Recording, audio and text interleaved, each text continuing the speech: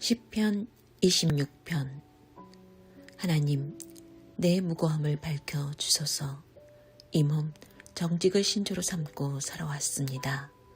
하나님, 주께 내 운명을 걸었고 그 마음 지금도 변함이 없습니다. 하나님, 머리부터 발끝까지 나를 살피시고 샅샅이 시험해 보소서. 내게 흠잡을 곳 있는지 안팎으로 확인해 보소서.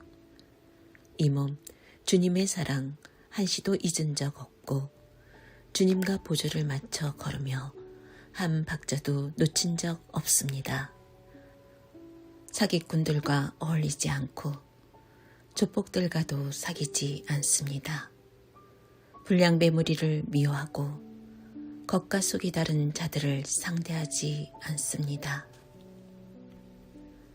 하나님, 가장 깨끗한 비누로 내 손을 씻고 다른 이들과 손잡고 빙 둘러서서 주님의 제단을 돌며 춤을 춥니다. 하나님의 노래에 목청껏 부르며 하나님의 이야기를 전합니다. 하나님, 주님의 집이 주님의 영광으로 빛나기에 이 몸 주님과 함께 사는 것이 참으로 좋습니다. 봄맞이 대청소를 할 때가 되었으니 나를 사기꾼 악당들과 함께 쓸어내지 마시고 더러운 속임수 가방을 둘러맨 남자들, 뇌물 가득한 지갑 든 여자들만 쓸어버리소서.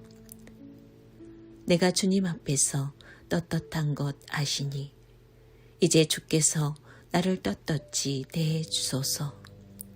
하나님, 내가 주께 부끄럽지 않으니 기회 있을 때마다 내가 주님을 찬양하겠습니다.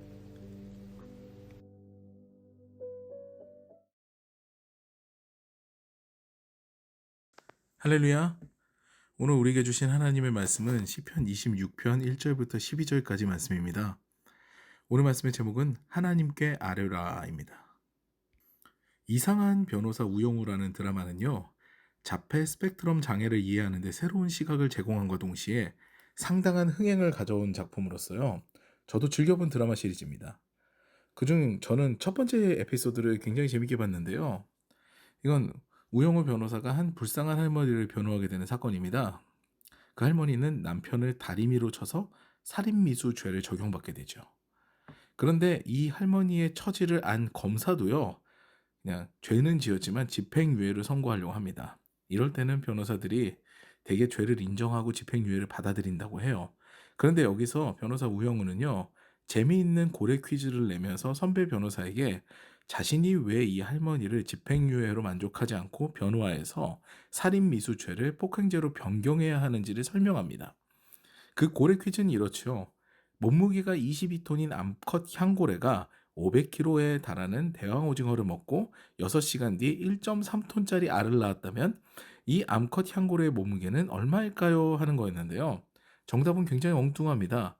고래는 알을 낳지 않는다 였죠. 물에 살지만 포유류에 속하는 고래는요, 알이 아닌 새끼를 낳는 종입니다. 이 어리둥절해하는 선배 변호사에게 우영호 변호사는요, 사건에 관해 설명하는데요. 할머니가 살인미수 죄를 적용받게 되면 할아버지의 유산을 상속받을 수 없게 되고 그러면 심각한 경제난에 빠지게 된다라는 것을 지적합니다.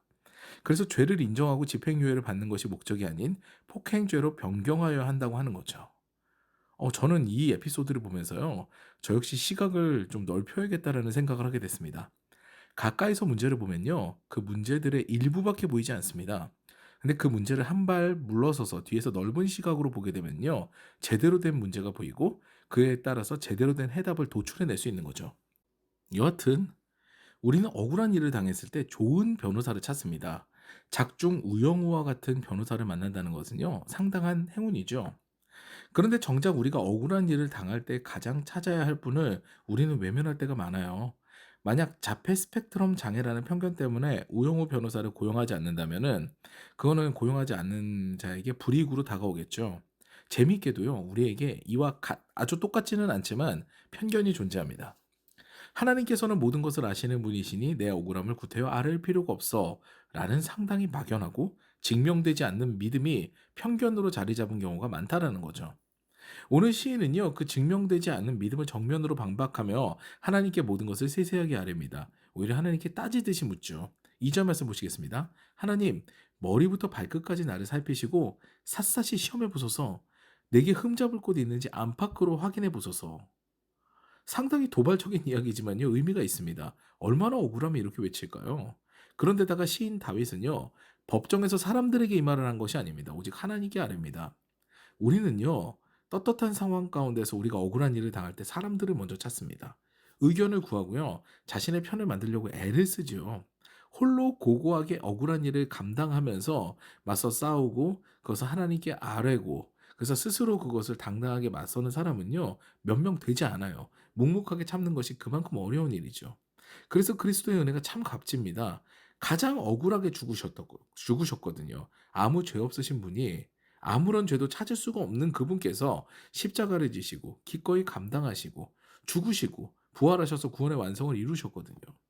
아무튼요, 연약한 우리는 그리스도와 같지 않게 사람을 찾습니다. 내 편을 찾는 거죠. 그런데 오늘 본문의 시인 다윗은 어떻습니까?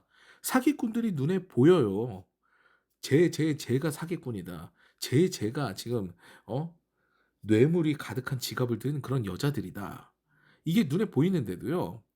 근데 사람들을 의지해 가지고 쟤네들 사기꾼이니까 지금 쟤네들 잘못됐고 나를 의롭게 지금 여겨줘라고 그들에게 고발하기보다는 하나님께 아뢰입니다. 그리고 시인은 하나님께 인정받기를 원하죠. 11절 12절 말씀 보시겠습니다. 내가 주님 앞에서 떳떳한 것 아시니 이제 주께서 나를 떳떳이 대해 주소서. 하나님, 내가 주께 부끄럽지 않으니 기회 있을 때마다 내가 주님을 찬양하겠습니다.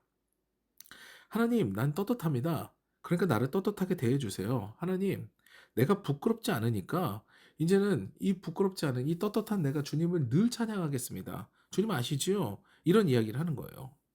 우리는요, 이 시인 다윗과 같이요, 하나님께 모든 것을 맡기고 아뢰는 삶을 살아야 합니다. 우리가 살면서 억울한 일을 당해도요, 사람 의지하기보다는요, 하나님을 찾는 신앙인의 삶을 살아야 되는 거죠.